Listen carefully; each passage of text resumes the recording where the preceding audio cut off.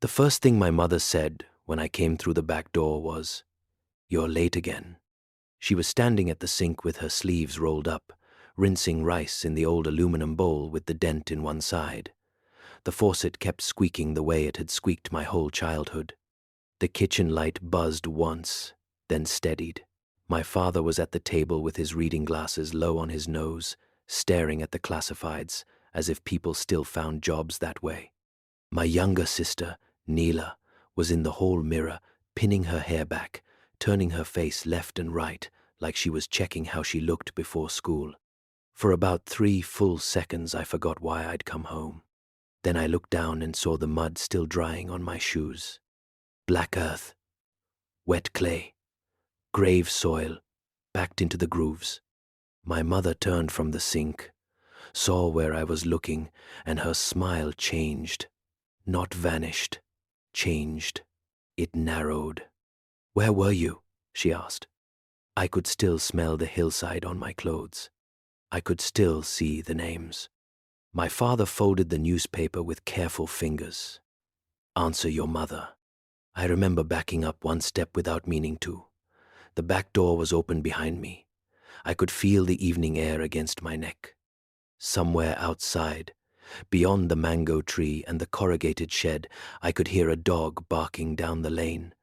Ordinary sounds, the kind you cling to when something inside the house has gone wrong. My sister glanced at me through the mirror. Not at my face, at my shoes. Then she took the pin out of her hair and let it fall loose again. "Did you go up there?" she asked softly. No one in the house had mentioned the cemetery in 16 years. I hadn't either. Not after the funeral.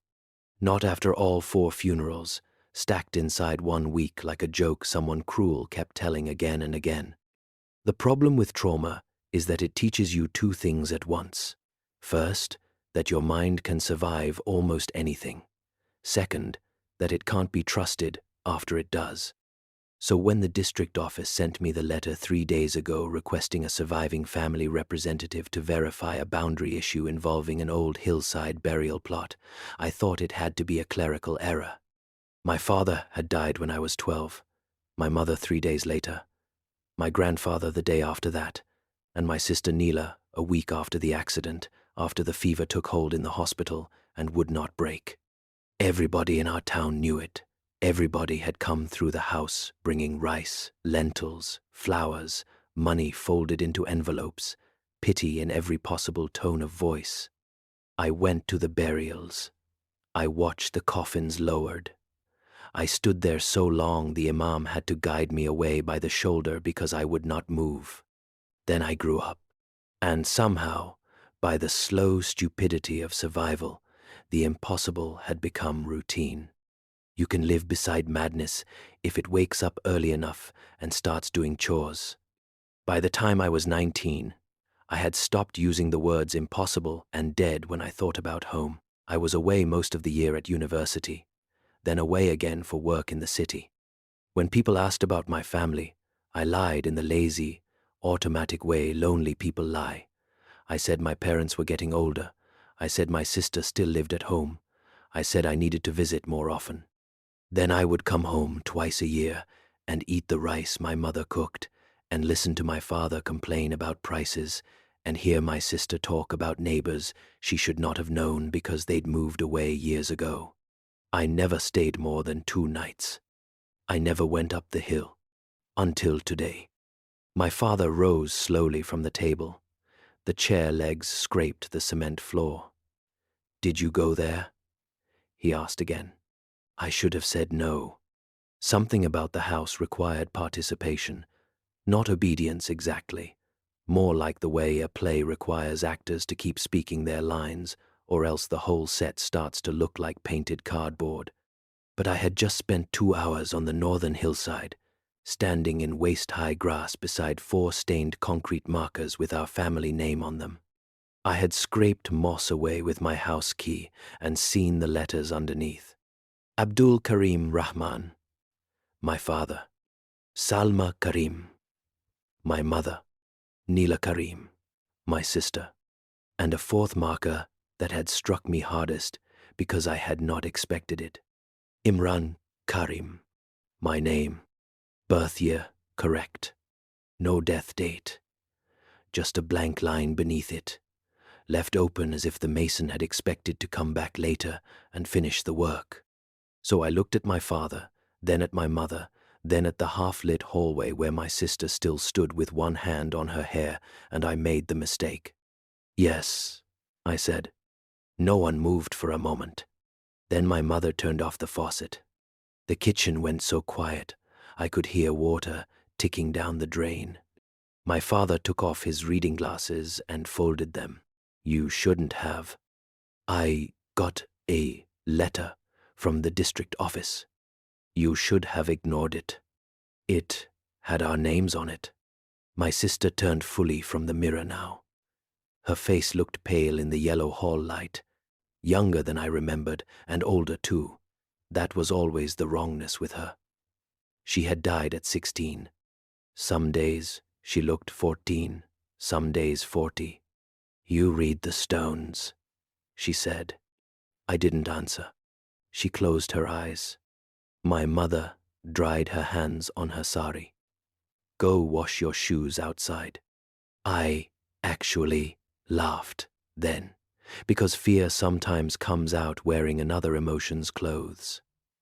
What? Do not bring that dirt inside, she said.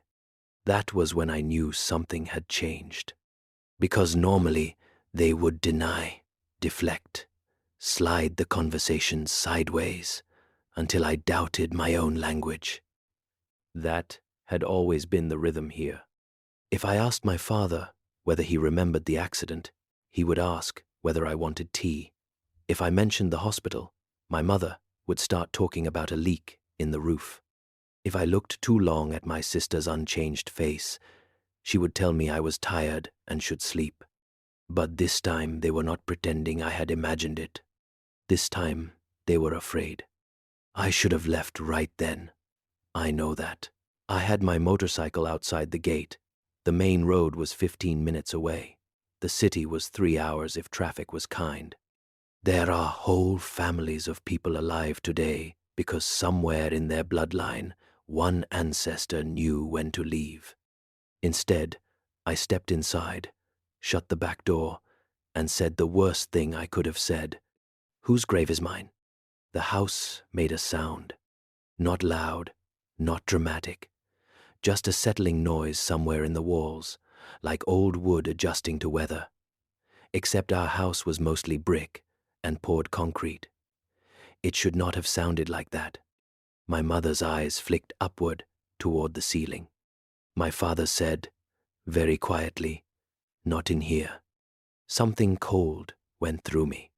He had never admitted there was an in here and an out there before. Never admitted the house itself had rules. I kept my voice down. Then, outside. No. I stared at him. You can't tell me no. I can tell you whatever keeps you alive. My sister was the one who stepped closer. You need to listen now, she said. And you need to listen exactly. I wish I could tell you that hearing my dead sister speak with that kind of urgency made me run. It didn't. It did something worse. It made me hope. Hope is the most humiliating instinct. You can know a thing is rotten, false, dangerous beyond language, and the second it offers explanation instead of silence, some pathetic part of you leans forward to hear it. Nyla looked at the dark window over the sink before she continued.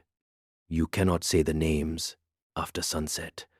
I almost replied on reflex, but the expression on her face stopped me. She went on, not the full names, not from the hill, not in the house, not after dark. My father moved toward the front room and drew the curtain across the street-facing window.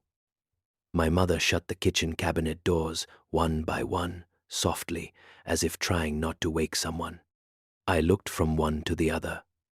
This is insane. Yes, my mother said, And you live because we learned it early. My father came back into the kitchen. Second, he said, if someone knocks tonight, none of us answer, no matter who it sounds like. I felt the hairs rise along my arms. What do you mean, sounds like? He ignored that. Third, if you hear movement under the floor, do not stand up to listen. Stay where you are. I stared at him. For a second, the room tilted. Not physically. In some deeper way. The ordinary house I had spent my whole life avoiding, suddenly aligned into a shape I had been refusing to see. Not madness, not grief, not a broken mind patching over loss with routine hallucinations. A system, a practiced one, with instructions memorized by all four of them. How long? I asked. Nobody answered. How long have you been doing this? My mother looked at me with a weariness so human it made my stomach turn. Since the first rainy season after the funerals, she said. I don't remember deciding to sit down. One moment, I was standing in the kitchen. The next, I was in my father's chair, my knees weak, mud flaking from my shoes onto the floor despite her warning. Rainy season after the funerals.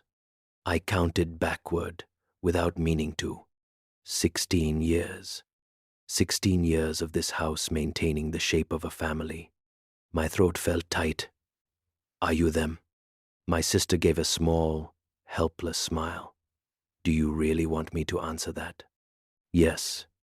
No, my father said sharply. Why not? Because once you ask certain questions here, the house stops helping you misunderstand. The phrase hit me harder than it should have. Helping you misunderstand. As if confusion had been mercy. My mother set a glass of water in front of me. Her hands were steady, mine were not. Drink, she said. I didn't. The sky outside the window had gone from blue to that flat, depthless gray that lasts about 10 minutes in the village before dark falls properly. The kitchen looked suddenly older in it. The wall stain above the stove like a spreading bruise, the cracks in the cement near the drain, the little rust flowers eating through the lower frame of the back door. My father said, the letter was about the boundary? I nodded. He swore under his breath. That shook me more than the rules had. My father had been dead 16 years and still cursed like an embarrassed schoolboy, as if there were neighbors who might hear.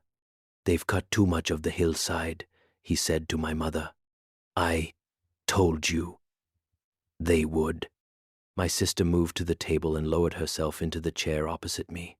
Did they disturb the south side too? I don't know. Did you see fresh earth? Yes.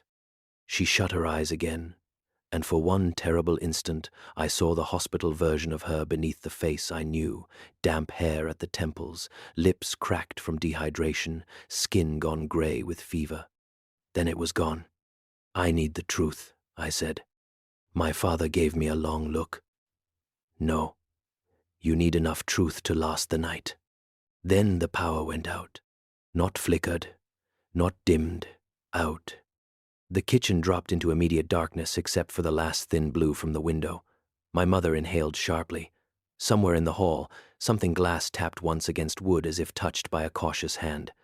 Nobody in the room spoke. After a few seconds, my father said, barely above a whisper, "It knows." I hate how quickly your body becomes an animal in the dark. Every part of me locked onto sound. Breathing, cloth shifting, the tick of cooling metal somewhere near the stove. Then, from the front of the house, 3 slow knocks landed on the main door. Not loud, measured.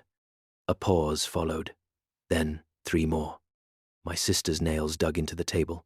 Too early. The knocks came again. I began to rise without thinking. Some idiot part of me still wired for hospitality, for habit, for the belief that a door means a person on the other side. My father reached across the table and pressed my shoulder down so hard it hurt. No, he said. The knocking stopped. For maybe 10 seconds there was nothing. Then my voice came from the front veranda. "Ma?" Every part of me went cold. It wasn't close. It was muffled slightly by the door. But it was my voice, exactly. My tone, my accent, even the little upward pull I've always had when I call for my mother from outside. "Ma, open the door. The gate's stuck." My mother's lips moved silently. Prayer, maybe. Then my voice laughed lightly from the other side. "Why are you all so quiet?" I tried to stand again. This time, my sister grabbed my wrist. That did something to me I am still ashamed of, because her hand felt warm. Not metaphorically, literally. Human warmth, pulse too, faint, but there. The thing outside the door knocked once more. Then it said, in my father's voice, "Open." No one answered. The house held itself around us. I could feel it. That's the best way I know to explain what came next. The walls didn't move, but the silence became structured, almost dense, as if every object in the room had leaned toward the front of the house and gone still in coordination. A floorboard creaked in the veranda. Another. Not footsteps walking away, walking around the house. Slowly. My mother leaned down until her face was close to mine. In the dark, I could only see the pale shape of her cheek. "Do you understand now why you washed the grave dirt off outside?" I didn't answer. I was listening to my own pace outside the wall, matching the path I had taken from the gate to the kitchen 100 times. Gravel. Then backed earth. Then the slight hollow sound under the side window where the foundation had shifted years ago. My footsteps stopped there, right beneath the kitchen. And from under the floor, something scratched once. My father's grip tightened on my shoulder hard enough to leave marks. "Do not stand," he whispered. The scratch came again. Then a dragging sound, deliberate, searching. It moved from beneath the sink to beneath the table, stopping directly under my chair. I stopped breathing. For several seconds, nothing happened. Then there was one soft tap from below, directly under me. 3 taps, answering the 3 knocks at the door. My sister made a sound like she might cry, but swallowed it down. The dragging started again and moved away, under the hall, under the front room, then slowly receded toward the rear of the house. Minutes passed, or maybe longer. Dark does strange things to time. Eventually, the night insects outside returned, one by one, the normal village soundtrack bleeding cautiously back in, around the edges of the silence. My father released my shoulder. No one moved. Finally, my mother lit the kerosene lamp kept above the fridge. When the flame steadied and the room came back in weak amber, all 4 of us looked wrong in it. Not monstrous. That would have been easier. Just slightly off, as if the light was exposing different ages in different parts of our faces. I looked under the table. Nothing there except cracked cement.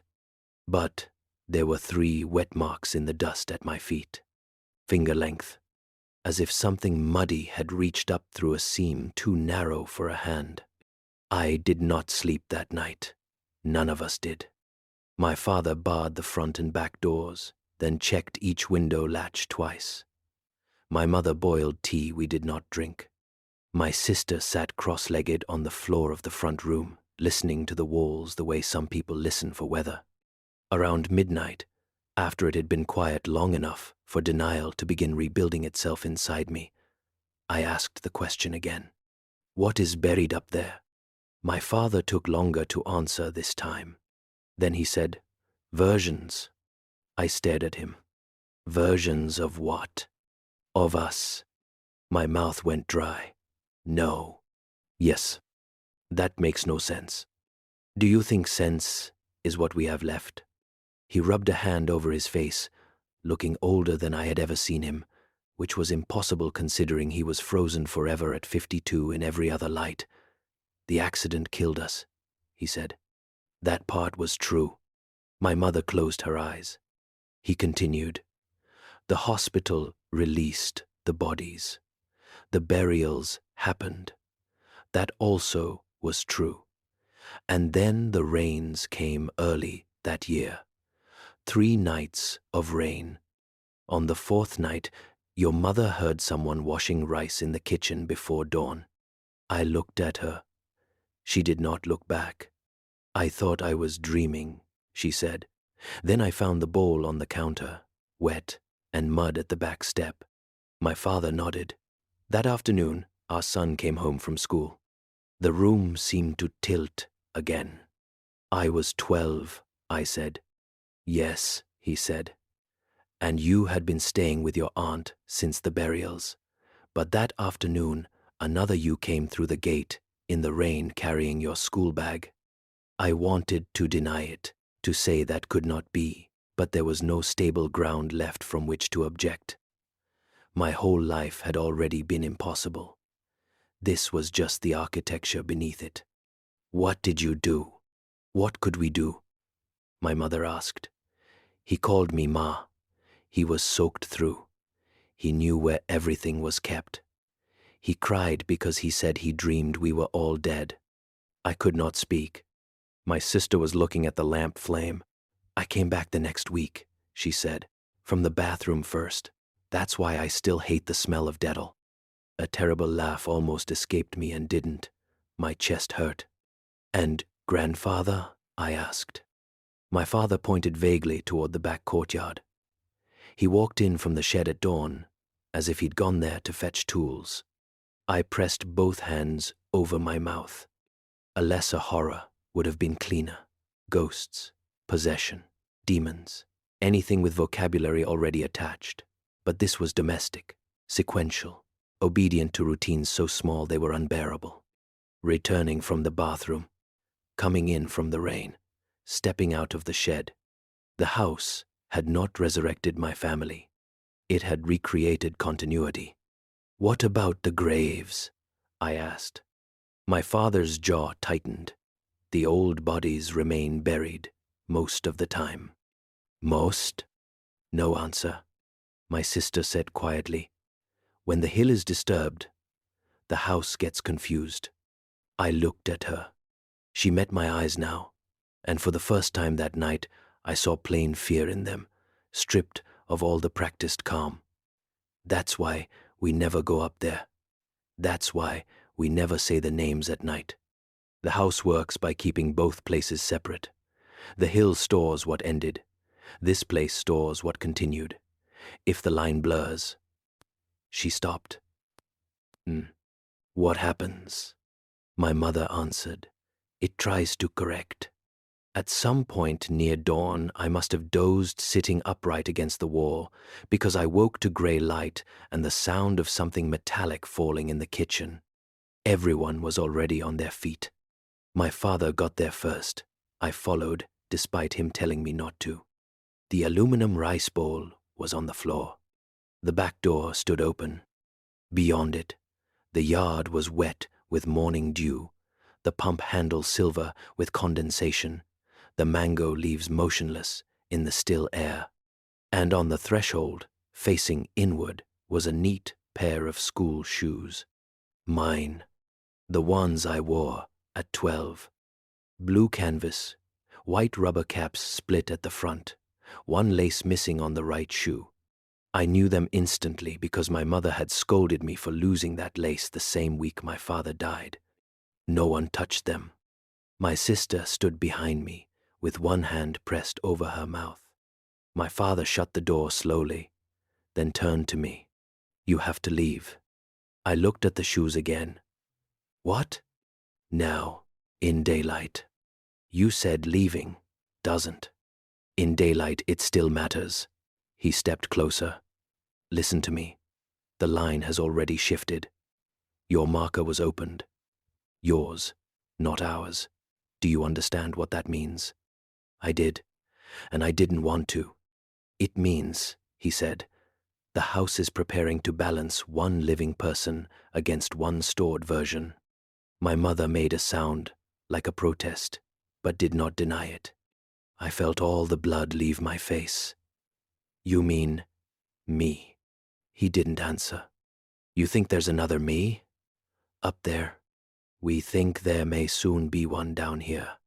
I left the house at 8:15 in the morning with a backpack, my helmet, and the district office letter folded in my pocket.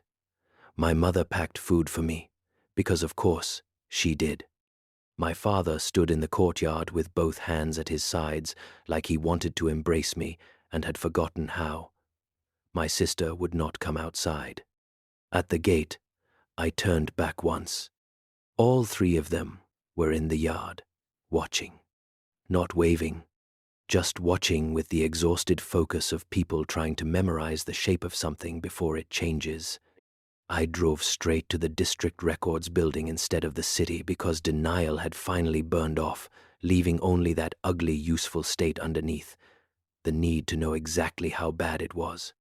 Government offices are wonderful places to visit after a night of supernatural terror because bureaucracy insults everything equally.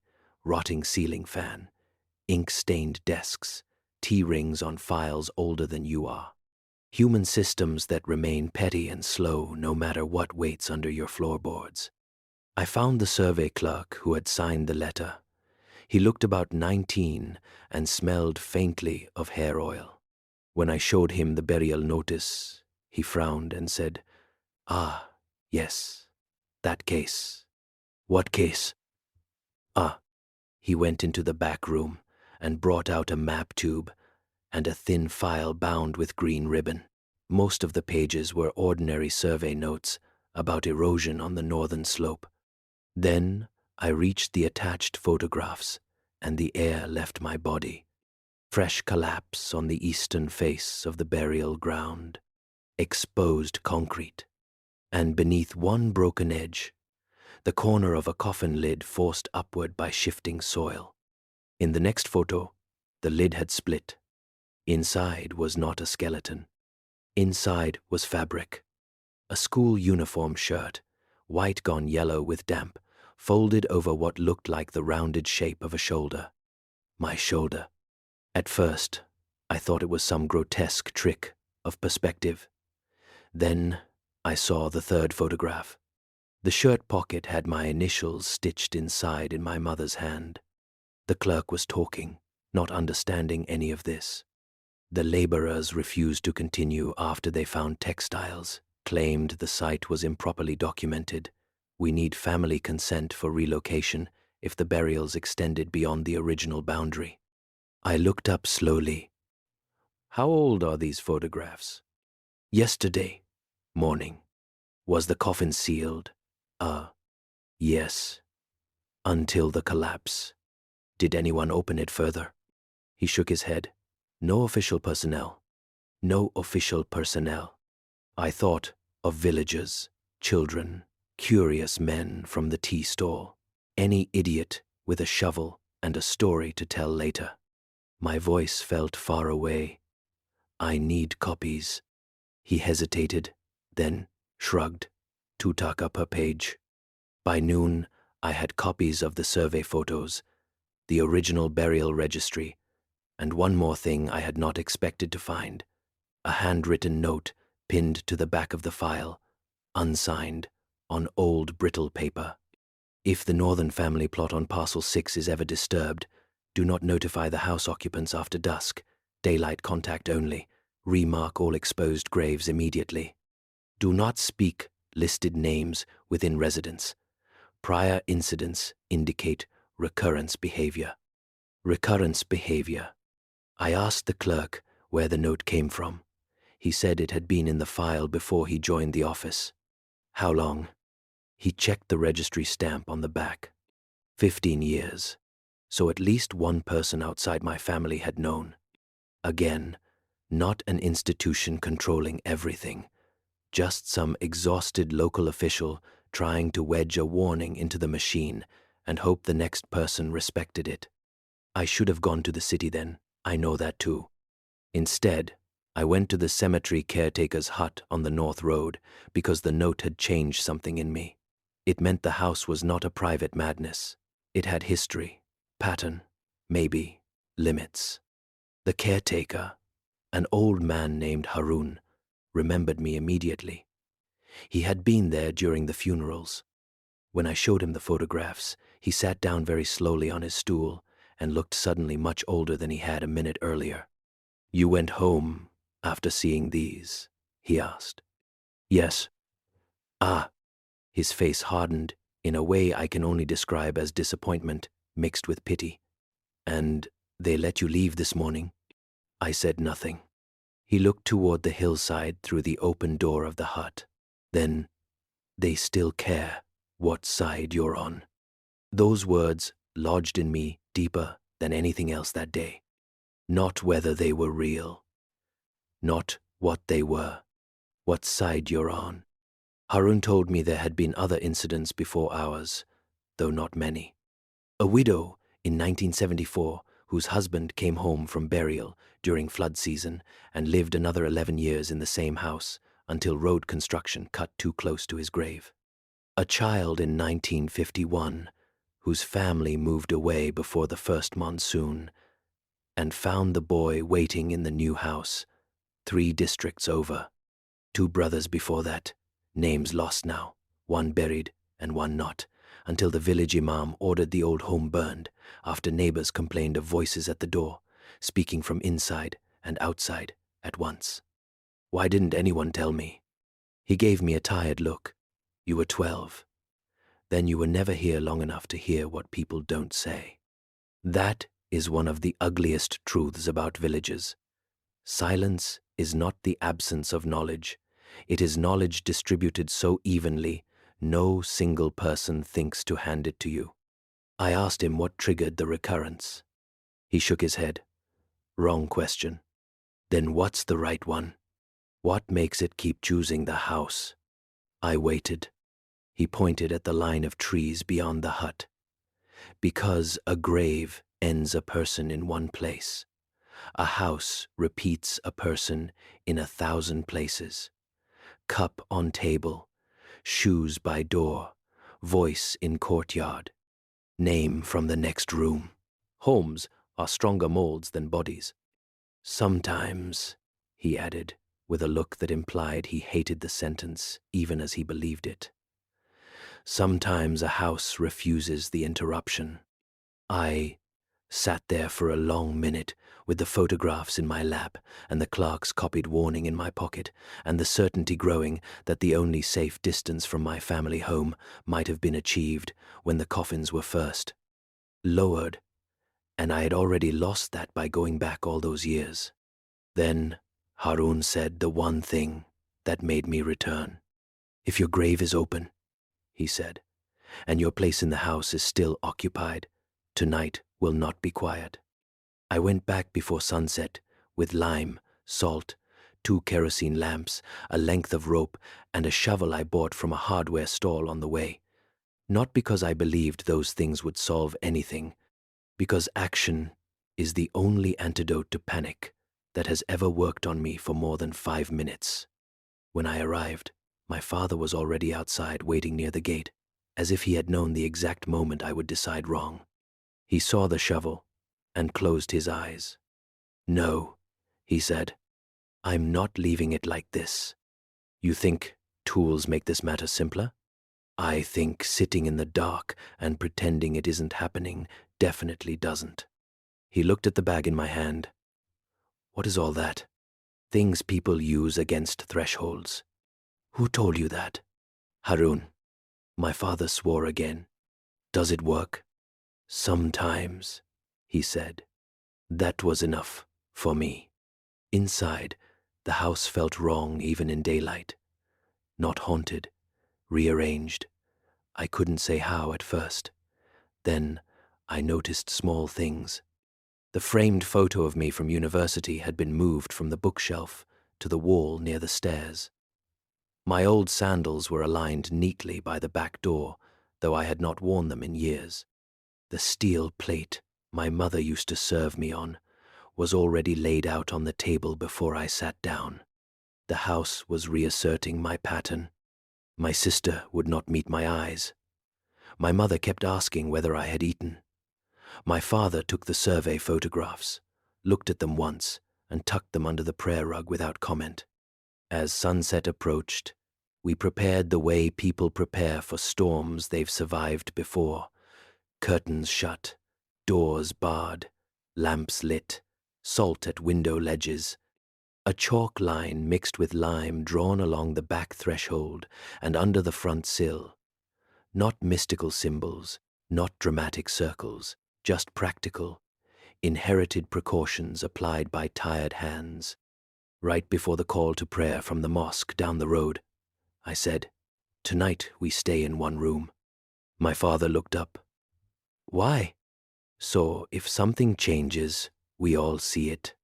He understood instantly and hated it because it was sensible. After dark settled, we gathered in the front room. The power stayed on for almost an hour, which felt worse than losing it. The television showed a soap opera with the sound off.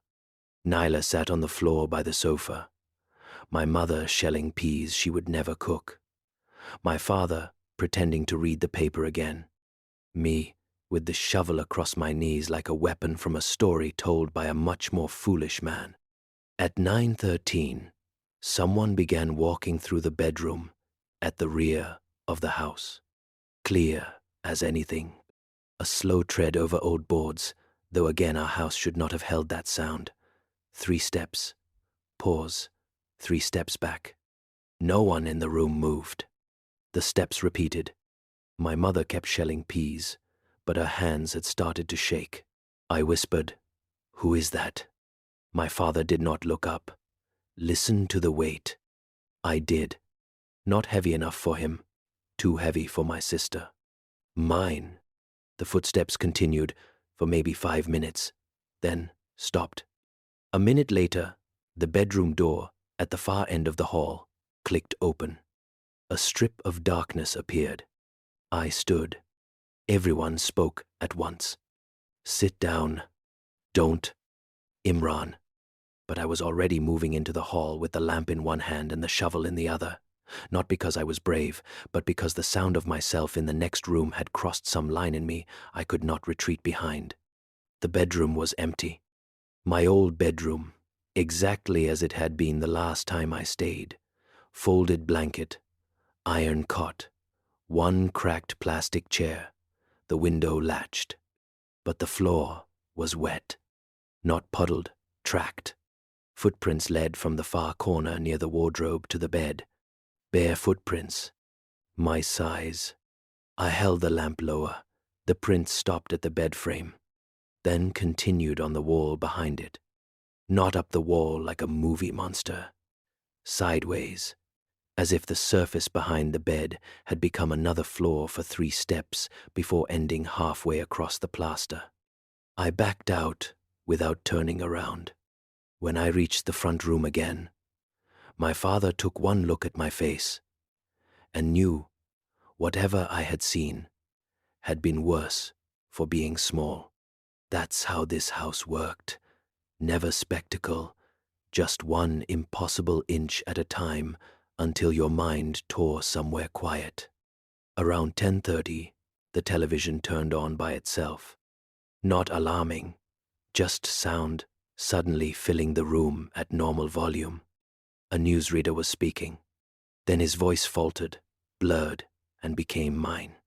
Not a recording.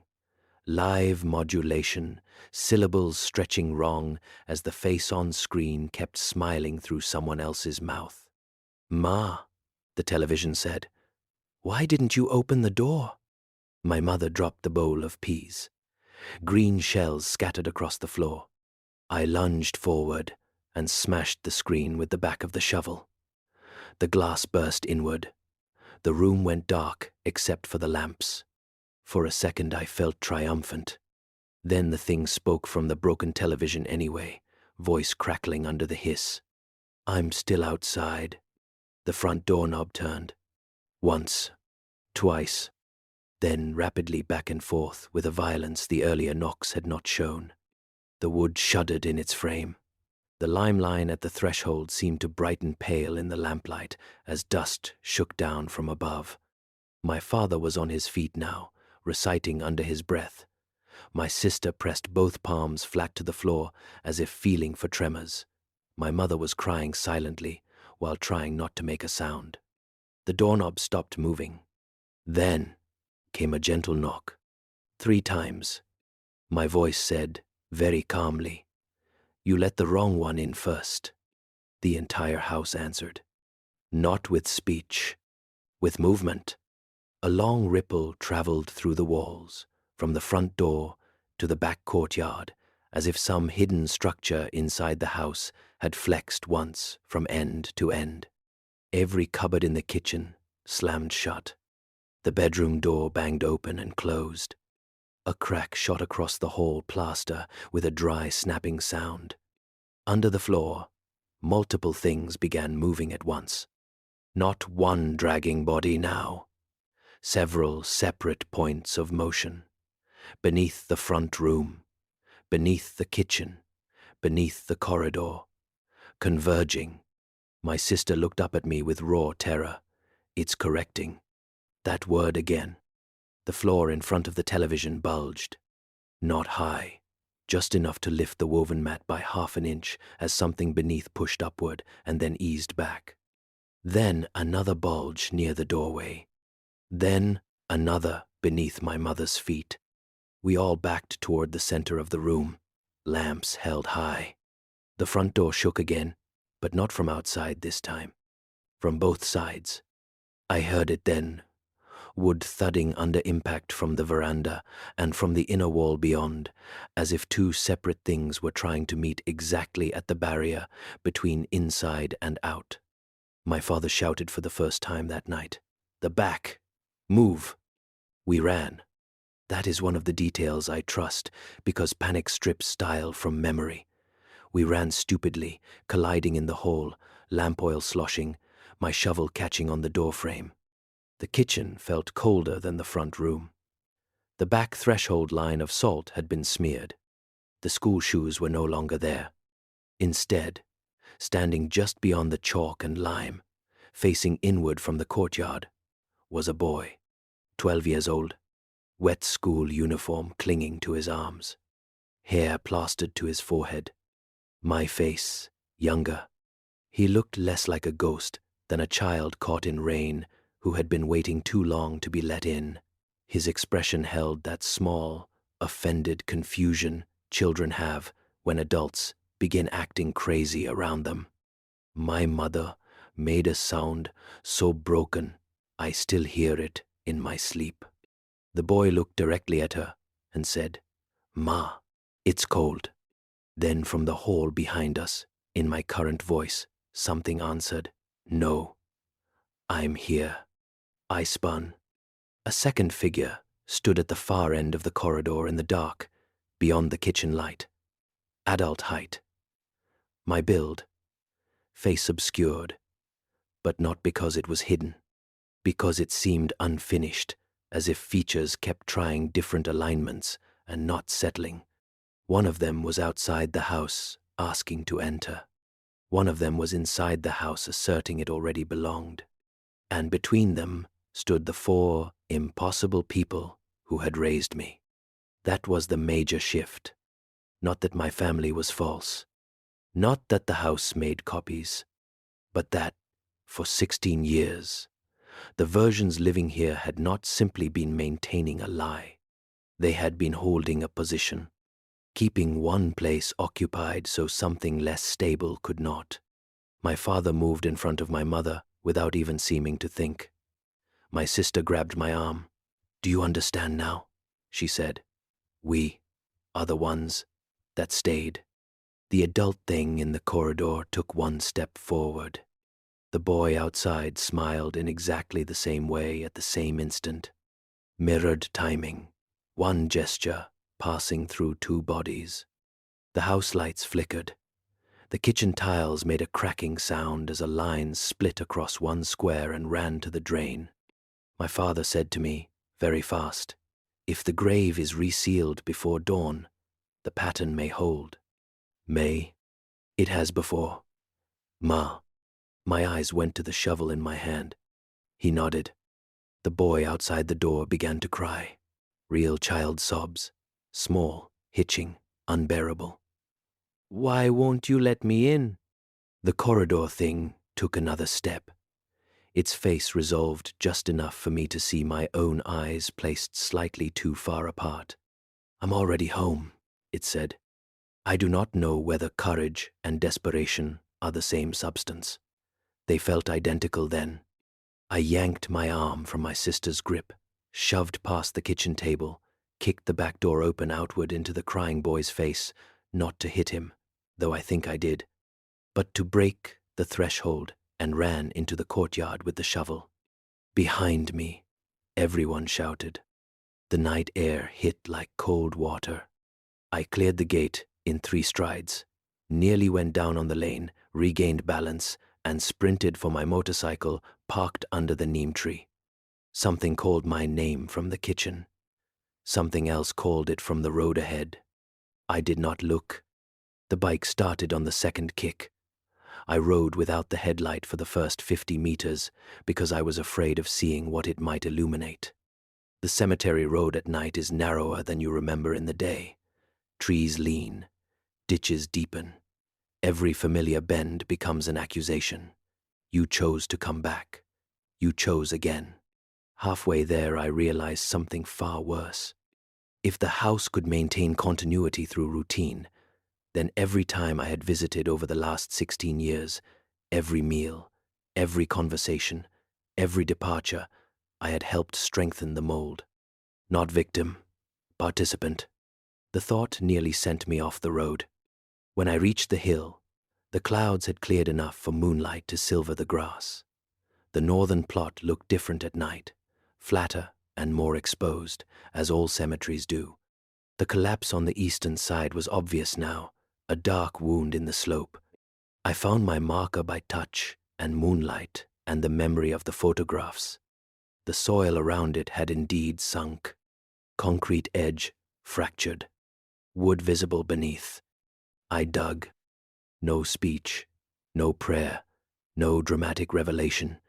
Just frantic, ugly labor, the kind that strips romance from fear. Mud under my nails, breath tearing in my chest, the shovel biting roots and stone and coffin wood. After 6 or 7 minutes, I hit the lid properly and cleared enough to see it. Split lengthwise. Inside was not a corpse in any state decay should permit. Inside was a boy in a wet school uniform. Eyes closed, hands folded, face pale but intact. My face, 12 years old. There is a point beyond terror where the brain protects itself by becoming technical, distance to coffin edge, depth of collapse, humidity of soil, nonsense details. I remember noticing that one of the shirt buttons was missing and thinking absurdly that my mother would have been angry with me for that. Then the boy in the coffin opened his eyes. I fell backward hard enough to lose the shovel. He did not sit up, did not lunge, just looked at me from the split lid with quiet exhaustion, like someone disturbed from needed sleep. "You took too long," he said. His voice was mine at 12. I scrambled for the shovel, found the handle, held it like a spear, though what I thought I would do with it, I have no idea. The boy blinked once. "They kept you there too long. What are you?" "You." He seemed to consider the question fairly. The part that ended. I don't know why that answer was worse than any monstrous alternative, but it was. Behind me, somewhere among the graves, something moved through grass. I turned. Shape stood between the markers downslope. Not clear enough to identify. Human heights. Still. Watching. When I looked back, the boy had raised one hand through the broken lid toward me, not aggressively, asking. "If you leave it open," he said, "it won't know which one comes back." The moonlight on his wet sleeve shook with my hands. Below us, far across the dark fields, I could just barely see the village lights. One of them flickered out, then another, power failing in a line toward home. I shoved the broken coffin lid down with the shovel blade, grabbed the loose concrete marker, and dragged it back over the disturbed earth with everything I had. It did not fit cleanly anymore. Soil slumped. The edge tilted. I threw mud over the gaps with both hands, then salt, then lime, then more dirt, packing it like a man trying to keep water from breaching a levee. Behind me, the shapes in the grass took one synchronized step closer. I kept working. When I finally stumbled back, the marker stood crooked, but mostly covered the split. My hands were bleeding, my knees caked in black mud. The shapes had stopped advancing. Then, from beneath the resealed earth, I heard 3 knocks. Not loud, just enough to travel through soil, answering something far away. I ran. The ride back is pieces in my memory. Wind, gravel, a dog darting from a ditch. My own breath too loud inside the helmet. When I turned onto our lane, the house was dark, except for one lamp in the front room. The gate stood open. I left the bike where it fell and went in through the courtyard. The back door hung half off one hinge. The kitchen was wrecked. Bowls broken, cabinet doors torn loose, salt scattered like frost over the floor. The chalk line erased under dozens of wet footprints, small, large, bare, shod, overlapping until no direction could be distinguished. "Baba!" I shouted before I remembered the rule and swallowed the rest. No answer. I found my mother first in the front room, sitting upright against the sofa, as if simply resting there after a long day, eyes open, breathing, but wrong. When I knelt in front of her, she looked at me and smiled with heartbreaking relief. "You made it back before dawn," she said. Behind her, the broken television screen reflected only me. "Where are they?" Her smile faltered slightly. "Holding." "Where?" She looked toward the corridor. I took the lamp and went. The hall walls were cracked from floor to ceiling. Water, or something like water, had seeped from the fissures and run in threads across the plaster. The bedroom door at the end stood open. Inside, the bed frame had been dragged aside. A rectangle in the floor had been lifted. Not a trapdoor. The concrete itself had come away in a single slab, revealing packed earth beneath and a narrow cavity descending under the house. I heard voices below. My father's, strained with effort. My sister's, saying my name over and over, but not as a call, as a count, a rhythm, keeping time. I climbed down. The cavity under the house was not large enough to contain what I found. That is the simplest, truthful sentence I can give you. The space should have ended within 2 or 3 feet under the floor. Instead, it extended in a low earthen corridor, supported by old foundation brick, running beneath the house toward the front threshold. My father and sister were there at the far end, braced on either side of something jammed between wall and beam. It looked like a man trying to crawl upward through ground that had remembered the wrong geometry. Parts of it were me, not all at once. Shoulder correct, jaw wrong, one hand 12 years old, the other current. Its face kept passing through arrangements of mine at different ages, the way water passes through shapes on its way downhill. My father had one arm hooked under a beam to keep from being dragged forward. My sister had both hands on the thing's wrist. Their expressions when they saw me were not relieved. They were urgent. "Now," my father said. I understood without understanding. I grabbed the loose concrete slab from above, half slid, half dropped it into the opening behind me, sealing off the room overhead except for a crack of lamplight. Then I threw my weight beside theirs against the thing in the corridor. It was not physically strong in the usual sense. It was persuasive. That's the closest I can get. Every inch closer to it rearranged my certainty about what I was doing. Its hand felt familiar because it was mine. Its breathing matched my own. And under that, beneath fear, came a terrible wave of recognition, not affection, not longing, but identification, the sense that resistance here might be a category error, that this wasn't attack or invasion, it was alignment delayed too long. Then my sister shouted directly into my face, "Don't Let it make being tired sound like truth. That saved me for those few seconds. We forced it sideways. My father kicked loose an old brick at the corridor edge, revealing a cavity beside the threshold foundation filled with compacted silt and fragments of older things, cloth, hair, maybe. I do not know, and I will not pretend otherwise. The thing saw the gap and reacted for the first time with panic. Not rage, panic. It twisted, trying to surge back toward the center of the house. And then I understood the deeper truth. It did not want in. It wanted occupancy. The house was not haunted by returning dead. It was an engine of continuity, constantly trying to prevent absence by casting the most recent, most repeated human shapes back into place. The versions living with me all these years were not the infection. They were the stabilized result fixed enough to hold the pattern in recognizable forms. This thing was what happened when the pattern lost definition. Not a family member. The unfinished insistence that no role in a home should ever remain empty.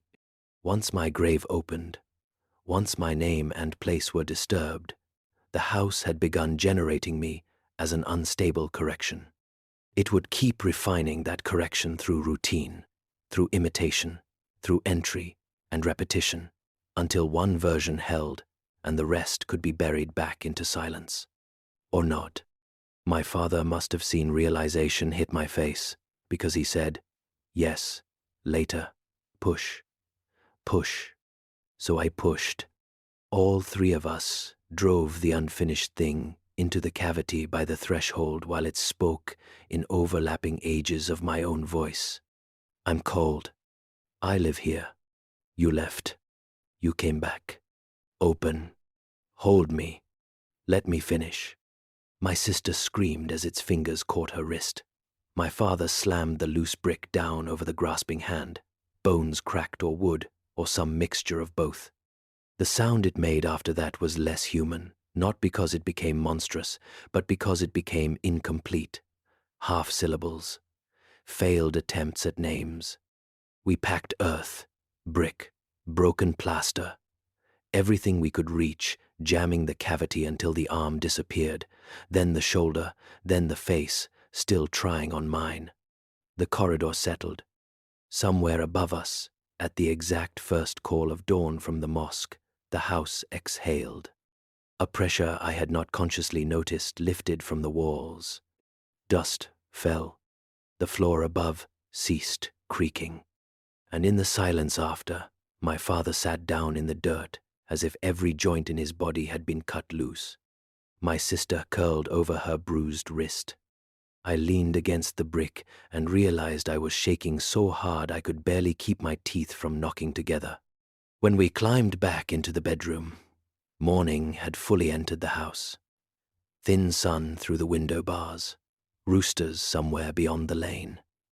Neighbors, beginning their ordinary day. My mother was still in the front room, still smiling faintly, still breathing. But when I said, "Ma," she looked at me with polite confusion and answered, "You must be from the district office." We took her to the clinic that afternoon. The doctor called it a dissociative episode brought on by stress. He asked whether there had been a family conflict. I said yes. He recommended rest, hydration, and observation. That was 3 months ago. I am writing this now from a rented room in the city because I promised myself that if I ever got far enough away to think clearly, I would record the sequence before routine softened it into something survivable and false. My mother lives with me now, at least officially. Some days she knows me. Some days she thinks I'm a schoolteacher who boards in her house. She no longer asks for my father or sister, which is how I know some part of her remembers more than she can say. I buried my father and sister on the north hillside 2 days after that dawn. Yes, buried. Again. You can judge me for how little I checked before lowering the coffins. I won't argue. I was tired in every sense that matters. They had both stopped moving before sunrise. Their bodies, if that is the word, had already begun losing detail, like photographs left too long in sun. By noon, my sister's face no longer held still enough for mourning to function. By evening, my father's hands had the grain of unfinished wood beneath the skin. Harun helped me. He asked no questions. We repaired the markers. Mine is still there too, still without a date. I have not gone back to the house except once, in full daylight, to collect documents and clothes. The floor under the bedroom has been repoured. The corridor below is gone, or inaccessible, or waiting. The broken television remains in the front room because I could not make myself carry it out. The back threshold still shows a faint white trace of lime in the cracks if the sun hits it sideways. And the house is not empty. I know what you are expecting me to say, that I saw my father in the yard, that my sister's voice came from the bathroom, that a copy of me waved from the upper window. Nothing so generous. What I saw, the last time I was there, was the dining table set for 4. Not by me. Not recently enough for anyone to have still been inside. 4 plates, 4 glasses, and 1 extra spoon laid beside my old place setting as if someone was uncertain how many versions of me might arrive hungry. Since then, I have changed apartments twice. I do not stay anywhere longer than 6 weeks. I avoid routines now in ways that make ordinary life hard to explain to other people. I do not leave my shoes in the same place 2 nights in a row. I do not answer knocks after dark. If I hear movement in walls or under floors, I leave, even if it means abandoning half my belongings. This is not superstition. It is maintenance. Because 2 weeks ago, I came home just before midnight to find a steel plate already set on the table in my rented room. Rice, lentils, a wedge of lime. And the spoon was mine from childhood, the one with the bent handle my mother always kept separate because I preferred it. I threw everything out, the plate, the food, the spoon, moved again the next morning. Last night, in the room I'm in now, someone knocked 3 times at the door just after the power cut. Then, from the corridor outside, a boy's voice I had not heard in months said, very softly, "You took too long." I did not open. A few minutes later, from directly under my bed, something knocked back.